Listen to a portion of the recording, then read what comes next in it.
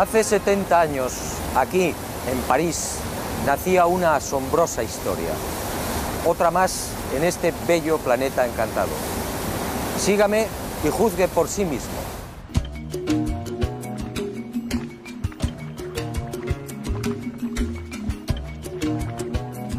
Al principio yo tampoco lo creí. Después, al investigar sobre el terreno, todo cambió. El hallazgo de los antropólogos franceses era cierto. Aquí en el corazón de Mali hace mucho tiempo sucedió algo que no tiene explicación racional. Unos seres desconocidos procedentes al parecer del espacio exterior establecieron contacto con una remota tribu.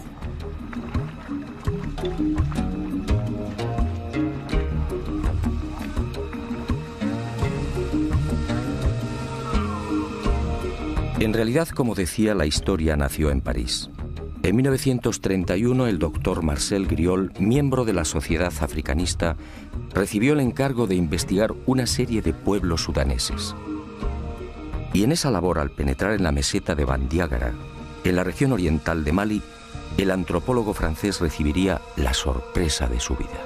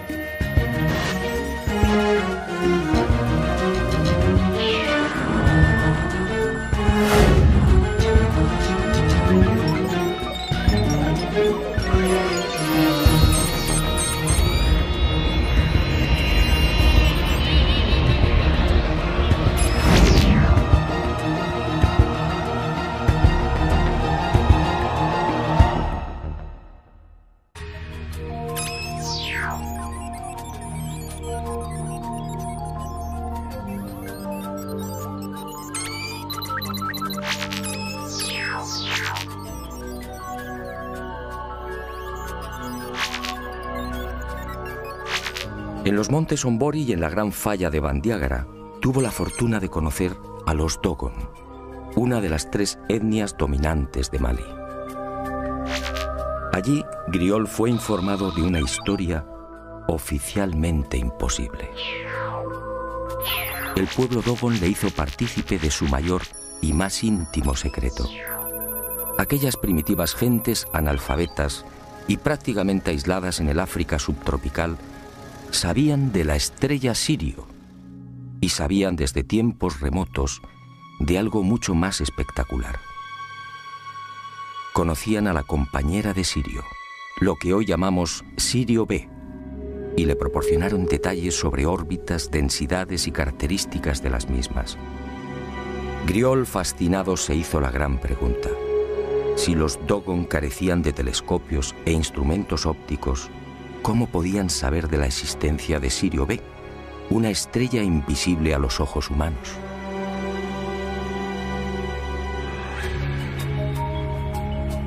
A su regreso a Francia, Marcel Griol indagó sobre Sirio. Los resultados lo confundieron definitivamente. En 1834, el astrónomo Johann Bessel, tras largos periodos de observación, llegó a una conclusión: Sirio tenía una compañera, otra estrella pesada, mucho más pequeña e invisible, que alteraba la órbita de la reina del firmamento.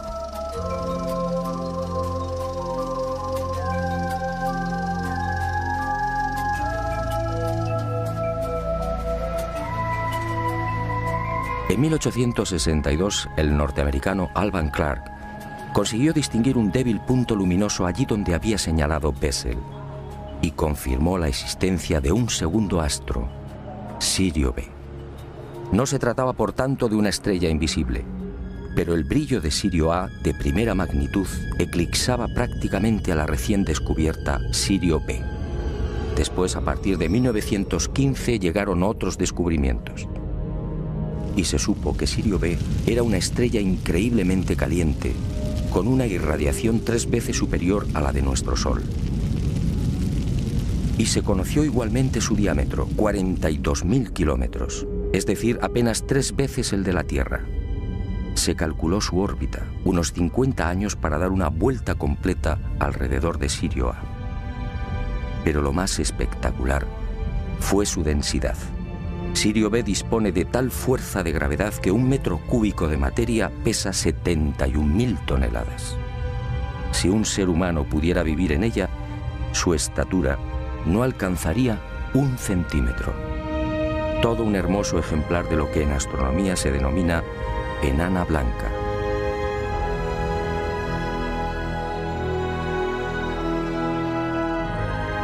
Años más tarde, en 1970, el astrónomo Irwin Lindenberg del Observatorio Naval Norteamericano en Washington conseguiría la primera fotografía de Sirio B. En ella, la enana blanca aparece como un tímido y casi insignificante punto blanco. A su lado, Sirio A, 10.000 veces más brillante.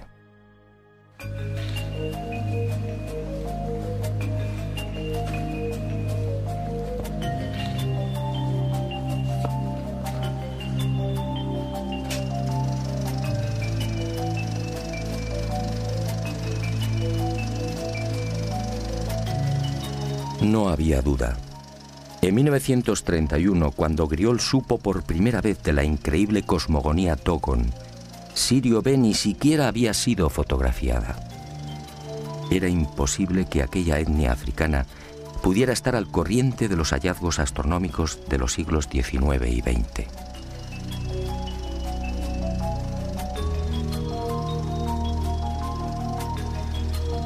El impacto fue tal que en 1946 Griol regresó a Mali, esta vez acompañado por Germaine Dieterlen, etnóloga y secretaria de la Sociedad Africanista del Museo del Hombre de París. 4 años después, los investigadores franceses publicarían un dossier con sus averiguaciones. Aquel artículo, publicado en 1951 bajo el título Un sistema siriano en Sudán, pasó casi desapercibido. 21 años más tarde, en 1972, el destino puso en mis manos los trabajos de los antropólogos galos, y yo también quedé desconcertado y fascinado. Era preciso investigar de nuevo. Era preciso viajar a Mali.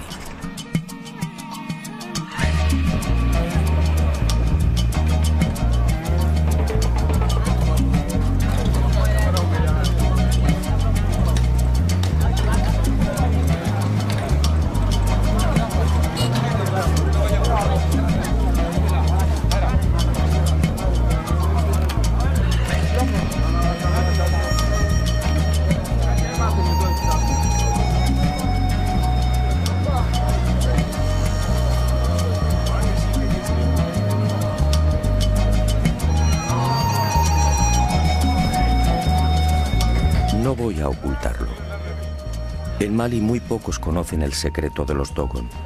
Al principio, nada más pisar la bulliciosa Bamako e iniciar las pesquisas, me sentí decepcionado. Después comprendí. Este pueblo multirracial, alegre y hospitalario como pocos, tiene una preocupación más urgente: sobrevivir. De sus casi 10 millones de habitantes, 2/3 partes vive en la más extrema pobreza. En las aldeas, el salario medio mensual no llega a $50. En las ciudades, un funcionario puede ganar algo más, alrededor de 80.000 cefas, es decir, unos $80. El índice de analfabetismo roza el 73%. La mortalidad infantil, especialmente en las aldeas, supera el 60%, con una expectativa de vida de 35 a 40 años. La malaria, tuberculosis, meningitis, infecciones intestinales y oculares, entre otras patologías, afectan al 80% de la población. El tracoma, por ejemplo, ha provocado miles de ciegos, algo que podría evitarse con unas simples gotas.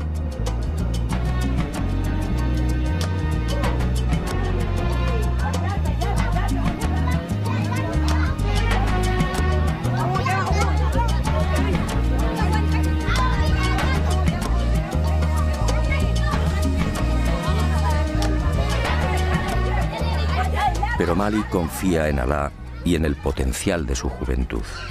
El 60% de la población tiene menos de 20 años.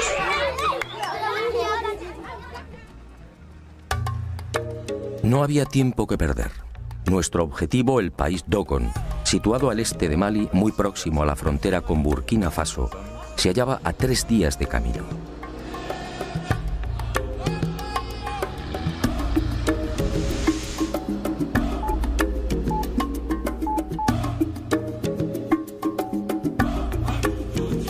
La temporada de lluvias tocaba a su fin, pero no debíamos confiarnos. Los caminos, siempre difíciles en Mali, podían convertirse en torrenteras o cenagales de la noche a la mañana. No importaba. Como tampoco importó la dureza de las altas temperaturas, casi 40 grados Celsius al amanecer, o la humedad sofocante y estranguladora, con picos de un 90%. Ardía en deseos de llegar a la gran falla de Bandiagara e interrogar a los Dogon. Algo me decía que la historia narrada por Griol era solo una parte de la verdad. Y el destino, una vez más, fue benevolente con este aventurero. Nuestro singular objetivo exigía también un guía no menos especial y capacitado. Y en nuestro camino apareció Lassane Congo, un joven de la tribu de los Mosi, un veterano rastreador de leones en su país natal, Burkina Faso.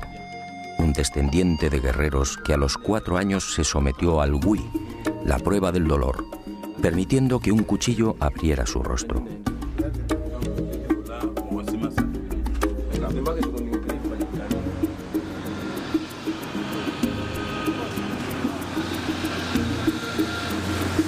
En las cercanías de las pequeñas aldeas de Bane, Bla y San, Congo quiso mostrarnos algo que forma parte del paisaje de la gran sabana maliense: los termiteros.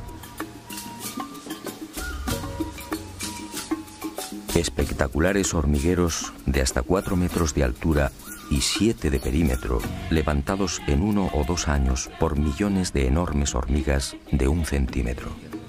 Hormigas especialmente feroces, de cabeza roja, que deben ser decapitadas si hacen presa. Termiteros en los que todavía hoy son abandonados los bebés que han tenido la mala fortuna de nacer albinos. Termiteros que las etnias de Mali asocian a la ablación o mutilación del clítoris. Para ellos, desde la más remota antigüedad, la presencia del clítoris solo conduce al nacimiento de niños deformes. Más adelante, al hablar con los Dogon, aclaramos el porqué de esta superstición.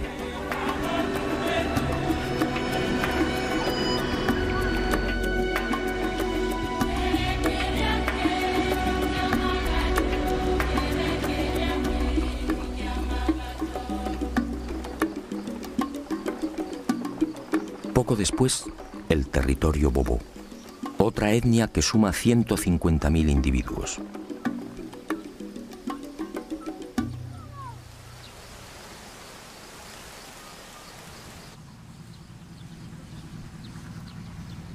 Los grandes especialistas en la cría de perros. Un pueblo caníbal que sigue practicando el ritual de comer carne humana. Congo nos advierte: cada año en esta zona desaparecen 2 o 3 personas. Todo el mundo sabe cuál es su destino. Madou Dembélé es el patriarca de Mbé-Dougou, un mísero puñado de chozas de barro y paja. Aquí, como en el resto de las aldeas de Mali, no existe agua corriente, teléfono o luz eléctrica. Dembélé tiene 4 mujeres, el máximo permitido por el Corán. Algunas no alcanzan los 20 años. En Mali el 95% de las mujeres están casadas. Entre los hombres, en cambio, ese porcentaje no llega al 67%. La desproporción se debe a la poligamia.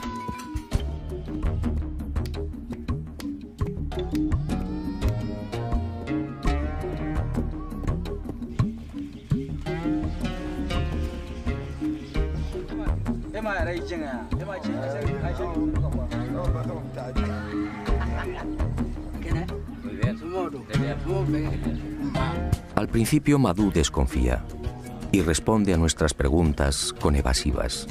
Somos blancos, es decir, diablos. Mañana, según él, podemos regresar con soldados y aniquilarlos. Congo sabiamente lo tranquiliza. Aprovechamos para aliviar la conjuntivitis de algunos de los niños y Dembele termina comprendiendo que somos gente de paz. Nos muestra la aldea y se despide con una frase sagrada para los Bobo. Alá ki bombosi yanga ki kusingiye. Que Dios permita que te crezca la barba.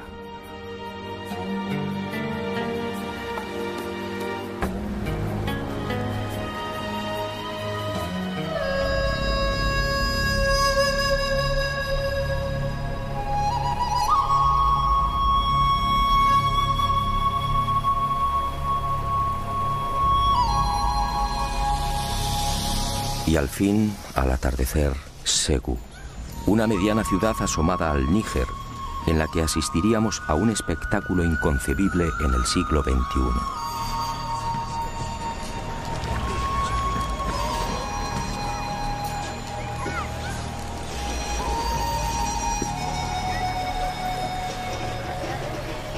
Cuando Congo me explicó, sinceramente no le creí.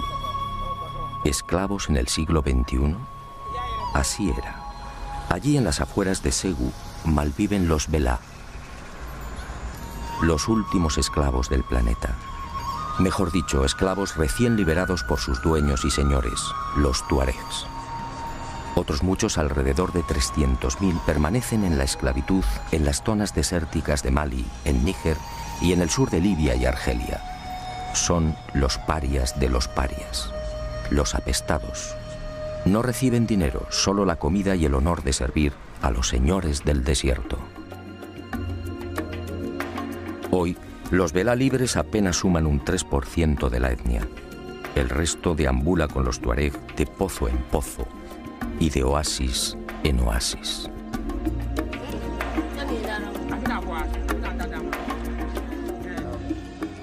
Al dejar atrás Ségou, no pude evitar un profundo sentimiento de tristeza. Aquella era la cruda realidad de Mali, una realidad ignorada por el mundo.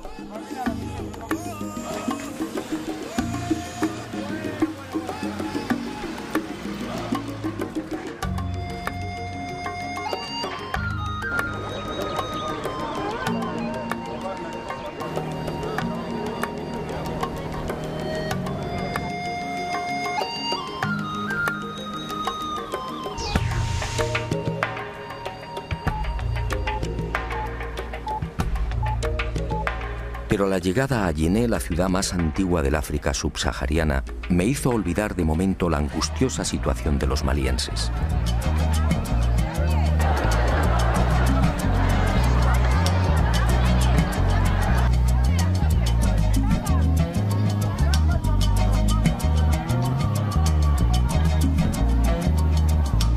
Yené, 2200 años de historia. El punto de reunión por excelencia de la mayor parte de las etnias de Mali. Aquí cada lunes, en el gran mercado, se concentran miles de bambara, bobos, boyas, songais, yermas, dogon, peuls, malinquens, mandingas y un interminable etcétera. Aquí comercian y se relacionan, aquí se pactan matrimonios, aquí bajo un viento abrasador se pasean tuaregs con su séquito de esclavos. Aquí los maridos permiten que sus mujeres exhiban el oro que los acredita como hombres ricos. Aquí, solo las mujeres que se saben bellas pueden lucir un anillo de oro en la nariz. Aquí se hablan 50 dialectos. Aquí, en la ciudad que sirvió de inspiración a Julio Verne para su obra 5 semanas en globo, se alza la más famosa mezquita de la nación. Una construcción levantada en su totalidad con barro de la sabana, enriquecido con estiércol de vaca, paja, espinas de pescado y agua del Bani, afluente del Níger. Un monumento ocre y severo que debe ser remodelado cada año al concluir las lluvias.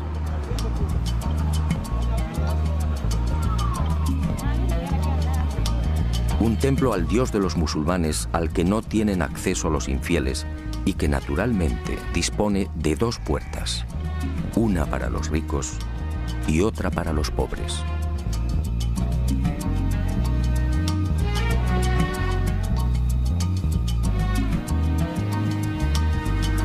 Yené, una ciudad en la que los maestros coránicos enseñan a los niños en plena calle, suras sagradas en la mano derecha y una fusta en la izquierda.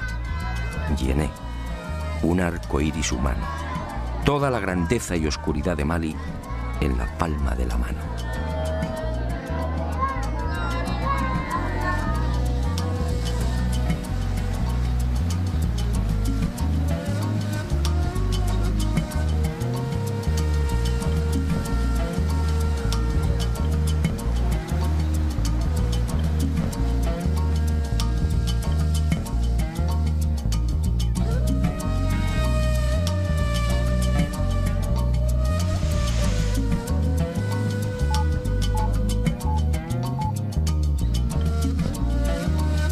Finalmente nuestro objetivo, el país Dogon, un gigantesco acantilado de 200 kilómetros, una falla de 300 a 600 metros de altura que corre paralela al Níger, un caos rocoso prácticamente incultivable en el que habitan 450.000 Dogon, una pared abrupta sembrada de desprendimientos y rodeada por los peuls, los ganaderos nómadas, los agricultores Mosi y Bobo y los Boso, los viejos pescadores.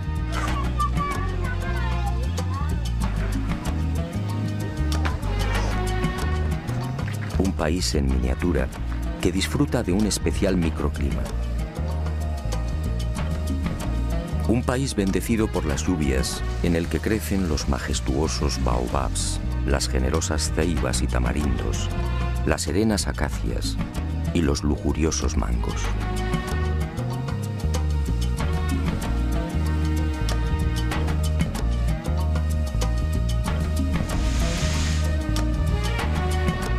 ¿Por dónde empezar? La Gran Falla reúne 700 aldeas. Y opté por seguir los pasos de Griol. Dedicaría toda mi atención a los poblados más pequeños. El aspecto del Dogon resulta inconfundible. La etnia se distingue por dos tipos básicos. El alto y musculoso muy próximo al modelo sudanés, de cabeza y ojos redondos y nariz grande. Y el más pequeño y numeroso. El Dogon rechoncho de hombros anchos y poderosos, cabello ensortijado, pómulos altos y ojos rasgados y maliciosos. Su lámina es la de un campesino. En ocasiones, una perilla acentúa su aspecto mongol. Su caminar es tranquilo e irregular, algo cansino, pero en las paredes rocosas se mueve con extraordinaria agilidad.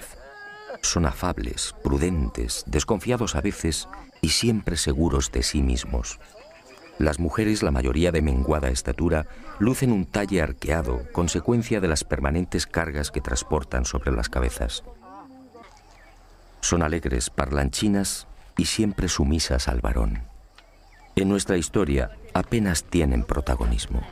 Una de las cuestiones a resolver era clarificar el origen de estas gentes. ¿Son autóctonos o llegaron quizás de otras latitudes? Y sobre todo, ¿dónde se produjo el espectacular encuentro con esas criaturas del espacio?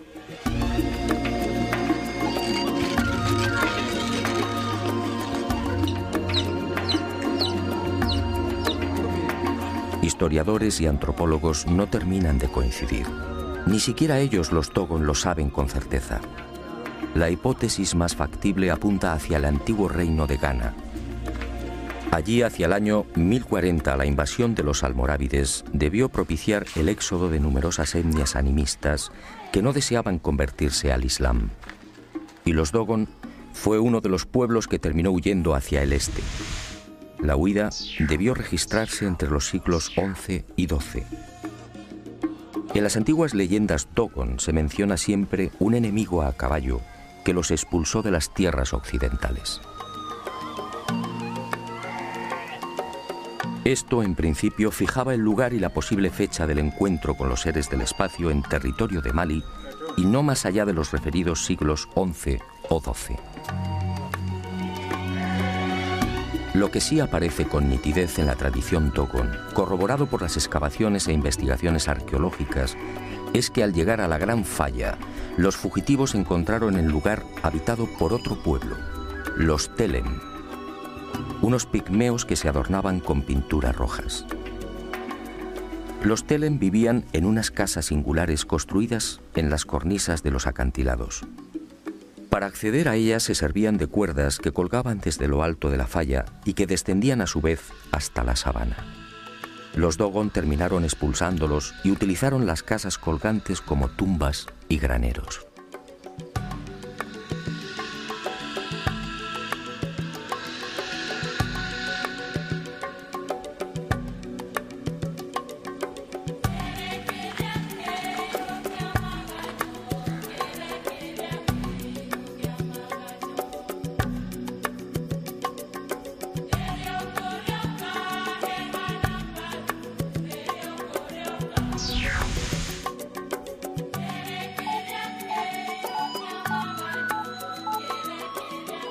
Y llegó el gran día, mi primer contacto con uno de los ancianos y depositario del secreto de los Dogon, Pangalé Dolo, vecino de Sanga y nieto de Ogotemeli, el cazador ciego que informó durante años a Marcel Griol.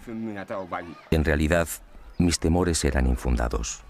Tanto en los escritos de Griol como en los relatos de otros especialistas, pude observar cómo los antropólogos hacían especial énfasis en las grandes dificultades a la hora de obtener información por parte de los Dogon. Todos hablaban de un cerrado secretismo, un conocimiento iniciático que era transmitido después de una minuciosa selección del aspirante. Para mi sorpresa, como digo, tanto el anciano Pangalé como el resto de los sabios con los que conversé no expresaron contrariedad alguna ante mis deseos de conocer los detalles de aquel misterioso encuentro. Todo lo contrario. Y conforme fui profundizando en la asombrosa historia, aquel viejo presentimiento cobró fuerza. Griol y Dieterlen solo contaron una parte de la verdad.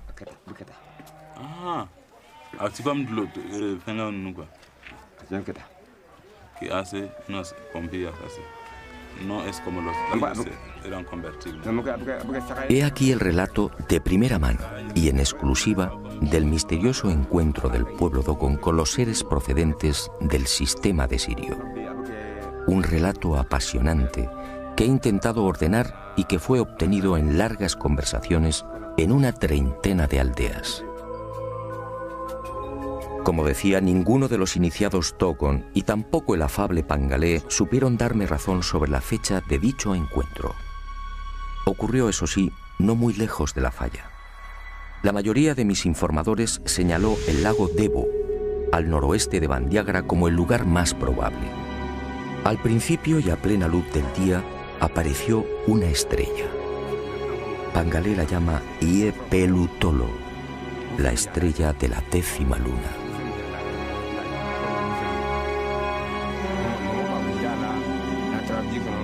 Y añaden que aquella estrella se hallaba rodeada de rayos rojos.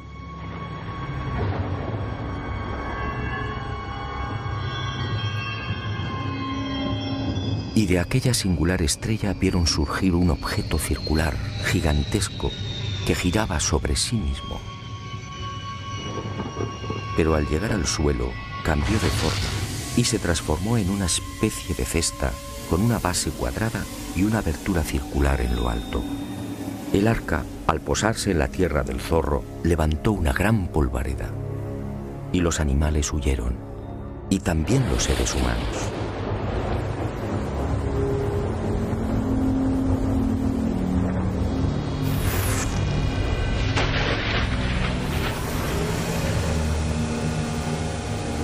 En esos momentos, según mi confidente, ocurrió algo no menos insólito. Junto al arca, nadie sabe cómo, apareció un extraño animal. Sujetó el arca con cuerdas y la fue arrastrando hasta una hondonada. Después, las lluvias llenaron la depresión y el arca flotó como una enorme piragua. Y el caballo de metal desapareció entre las aguas. Después de 30 años en la investigación del fenómeno ovni, el testimonio de Pangalé resulta fácil de interpretar. Aquel pueblo hace 1000 años fue testigo de la aparición a plena luz del día de una nave que permaneció inmóvil sobre el lugar, lo que hoy llamamos nave nodriza o portadora. Así lo contaron y así lo dibujaron. Y de esa estrella de la 10ª luna surgió otro vehículo, algo muy común en los avistamientos ovni. En su primitivo y parco lenguaje, los Dogon identificaron un robot con un cuadrúpedo o caballo de metal. ¿Qué otra cosa podían pensar?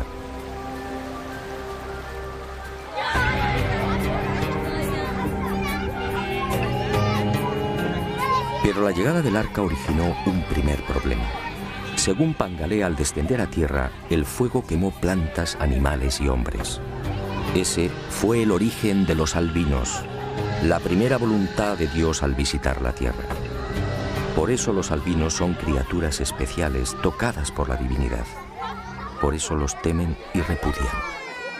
Por eso los abandonan al pie de los termiteros nada más nacer.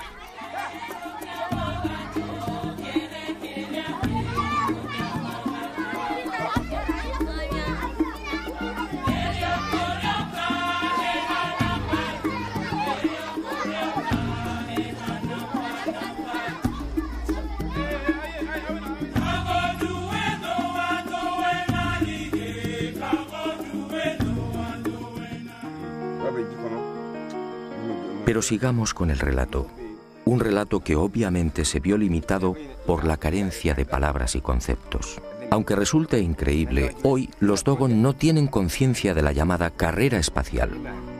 No saben qué es un robot y mucho menos una nave no humana. Pangalé entonces explicó que según sus antepasados, del arca salieron los dioses. En total, 8, aunque algunas versiones hablan de 8 parejas. Eran en realidad hombres peces. La cabeza y el tronco parecidos a los del hombre y el resto de cintura hacia abajo similar a la cola de un gran pez. Tenían 40 dientes, todos puntiagudos, carecían de orejas y para escuchar colocaban sus manos palmeadas en forma de bocina sobre unos minúsculos orificios laterales. Los ojos eran rojos y en el cuello lucían arrugas similares a un collar. Solo disponían de 3 dedos y los dioses vivían en el agua. Desde entonces estos seres recibieron el nombre de Onomo o el gnomo del estanque. Pero por miedo y respeto los Dogon decidieron no pronunciar ese nombre y los designaron como Di-Tiji, dueño o señor del agua. Insistí una y otra vez en el aspecto físico de los gnomos y Pangalé, paciente y firme, replicó siempre con las mismas palabras. Hombres peces. Allí, allí,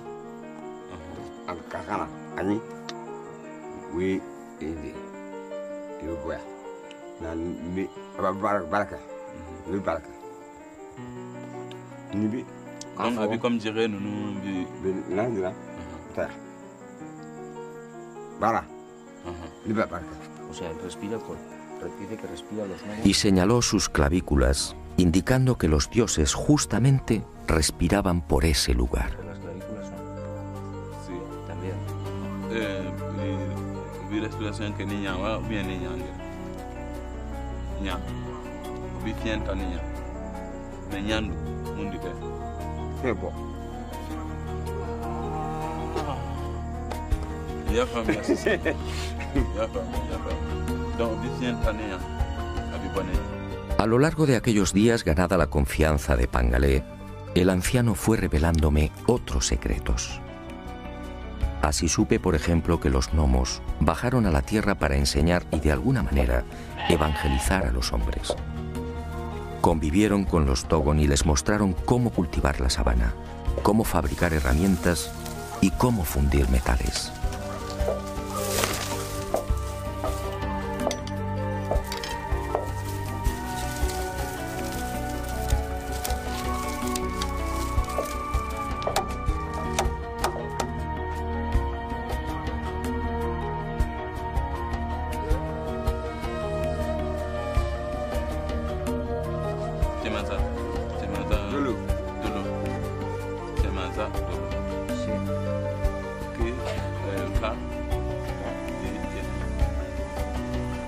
Pero no todo fue una bendición. Según Pangalé y el resto de mis informadores, aquellos seres capturaban a los humanos y los mataban. Y lo hacían de una forma muy peculiar. Introducían una lengua bífida por la nariz de la víctima, extrayéndole la sangre. El pánico de los Dogon llegó a tal punto que al ver descender las arcas se escondían en bosques y aldeas, no acercándose jamás a ríos o lagos. Extracción de sangre. Aquello me recordó otros sucesos similares acaecidos en nuestros días, pero con animales. Griol, en efecto, no había contado toda la verdad. Y Pangalé reveló algo que me dejó perplejo. Los gnomos continuaban bajando a la tierra. Los había visto hacía 3 lluvias. Tenían un cabello largo hasta la cintura y la mitad inferior como la cola de un pez. Se movían sin dificultad, sin tocar el suelo. Otros Dogon en otras aldeas me facilitaron idénticos testimonios.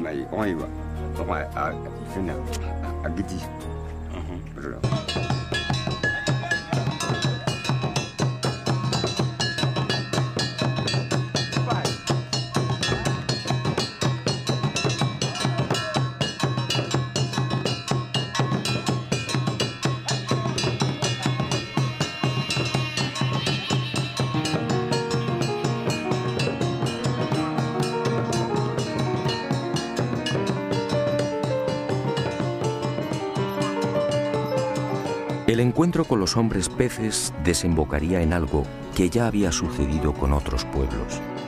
De aquel contacto nacería toda una liturgia y una nueva concepción de la vida. Y para celebrar la llegada de los gnomos, los Dogon establecieron una fiesta, el Sigi.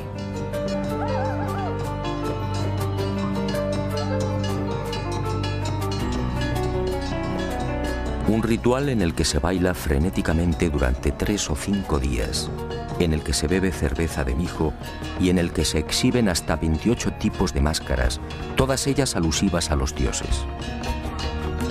Algunas de hasta 3 metros de longitud representan los movimientos del arca en su descenso. Otras, como la Kanaga, encierran diferentes interpretaciones según las tribus.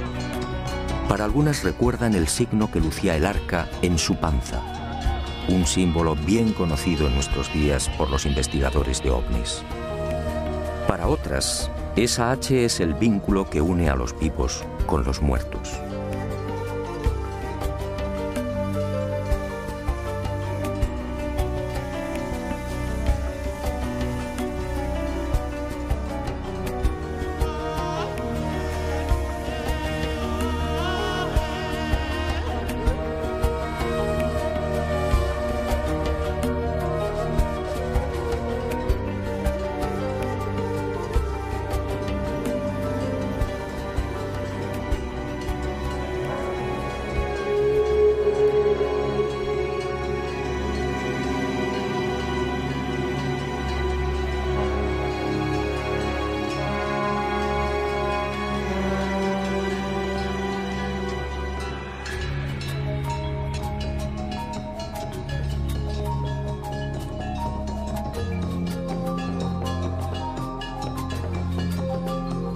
El Sigi se celebra cada 60 años y, según Pangalé y otros sabios Dogon, viene a recordar también el tiempo que precisa Sirio B para trazar una órbita en torno a Sirio A. Una enseñanza recibida igualmente de los gnomos. Y en las secretas tradiciones Dogon se habla también de una tercera estrella que gira igualmente en torno a Sirio A. La llaman Emmeya, el sol de las mujeres. Lo increíble es que Emmeya, o Sirio C, fue descubierta por los astrónomos en 1995.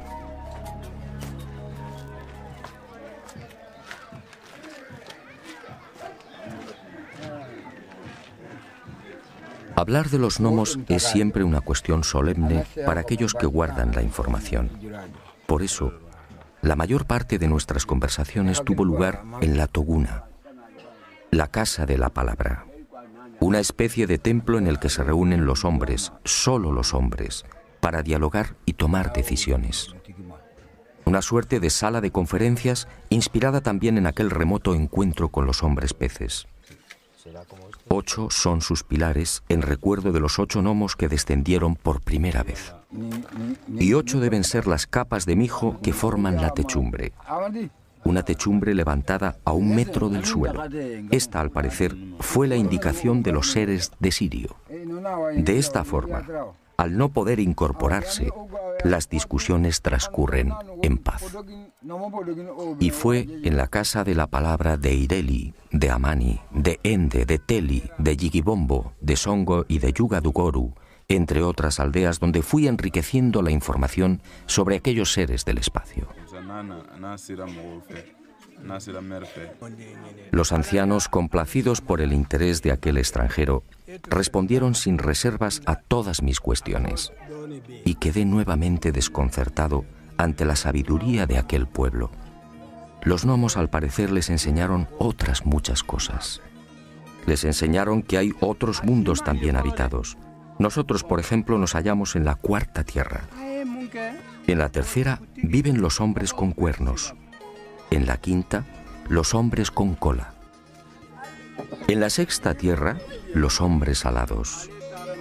Los Dogon conocen la estructura en espiral de la Vía Láctea y hablan de 1000 millones de sistemas solares semejantes al nuestro. Conocen los 4 satélites interiores de Júpiter. Me hablaron de Saturno y de sus anillos. Dicen que Venus al principio era rojo. Describen a la perfección los movimientos de rotación y traslación de la Tierra. Los gnomos les enseñaron que la Tierra necesita 12 meses para completar esa órbita. Y de ahí tomaron su calendario. Saben que el Sol se consume y que la Luna es un cuerpo muerto. Y desde hace 1000 años tienen conocimiento del aparato circulatorio humano. ¿Cómo podía ser? La circulación de la sangre fue descrita por Miguel Servet en 1546. Y los gnomos les hablaron también de Ama, el gran dios, un dios único y sustentador de todo lo creado, algo que choca frontalmente con las religiones animistas que los rodean y que disponen de cientos de dioses. Un dios que la compleja liturgia Dogon convierte en responsable de la ablación del clítoris. Según la leyenda, Ama quiso tener hijos con la tierra, pero la presencia de los termiteros, el clítoris para los Dogon, dificultó el acoplamiento y la tierra parió un zorro. De ahí que el clítoris, según los Dogon, deba ser extirpado.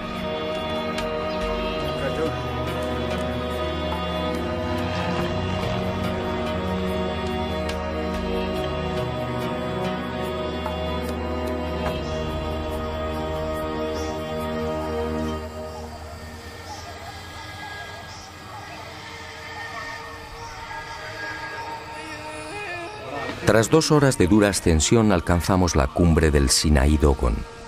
Aquí, según la leyenda, tuvieron lugar los signos que anunciaban la llegada de los dioses de Sirio. La montaña de pronto se teñía de rojo. Era el primer anuncio.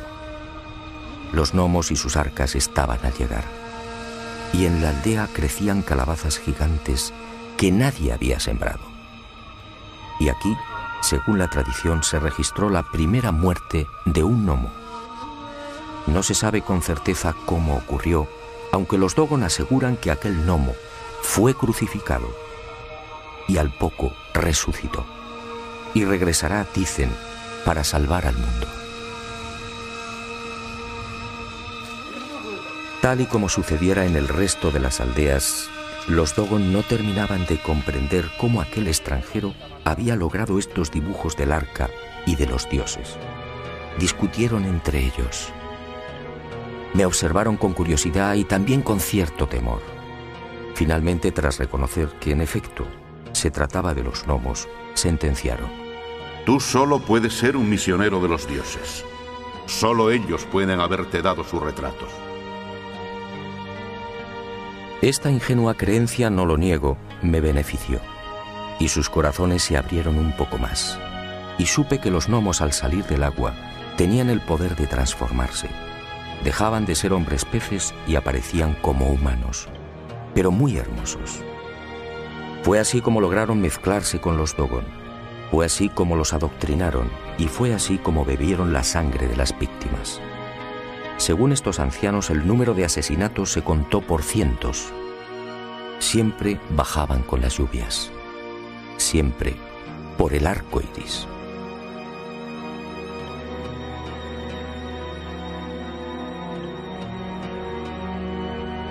Y cuentan los iniciados que fueron los dioses quienes les enseñaron también a circuncidar. Y el pueblo Dogon escogió la aldea de Songo para este ceremonial sagrado.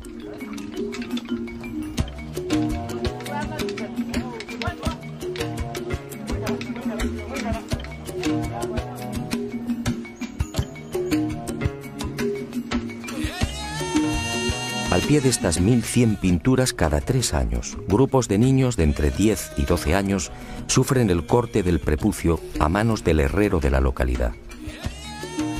Las mujeres no pueden ver estas pinturas sagradas. De hacerlo morirían. Para los Dogon, la circuncisión, así fue establecido por los seres de Sirio, es un sacrificio que se ofrece a la tierra.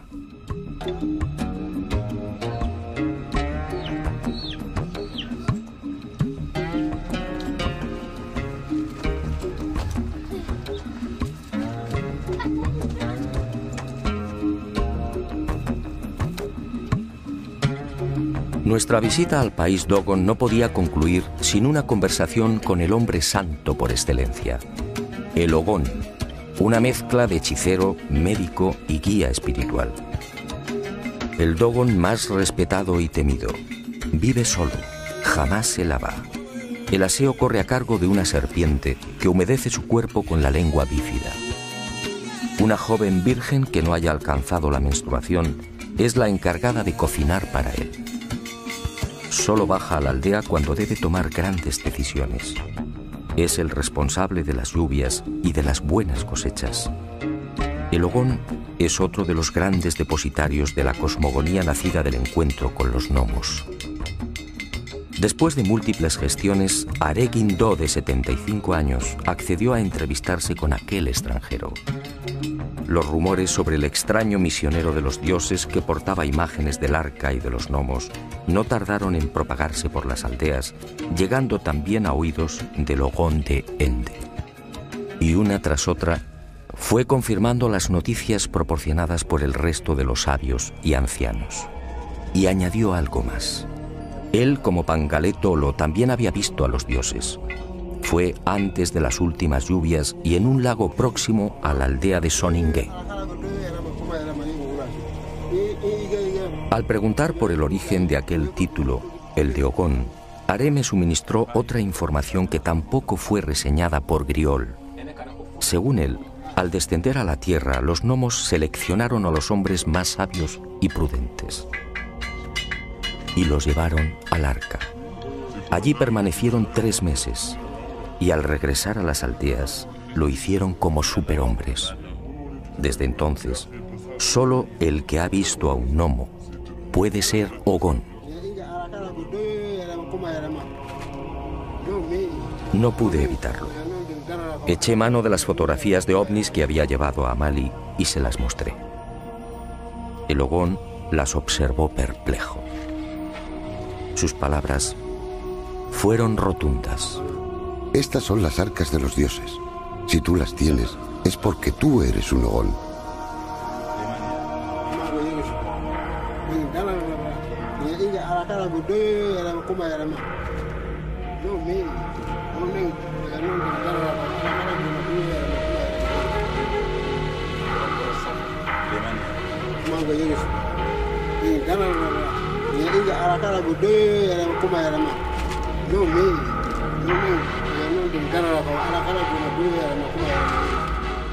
Ahora no tengo la menor duda. Hace aproximadamente 1000 años, aquí, en el corazón del país Dogon, unos seres anfibios que dijeron proceder del sistema de Sirio, descendieron y revelaron a los hombres una información imposible para su tiempo. y prometieron regresar. Eso, según los Dogon, ocurrirá cuando aparezca de nuevo la estrella de la 10ª luna.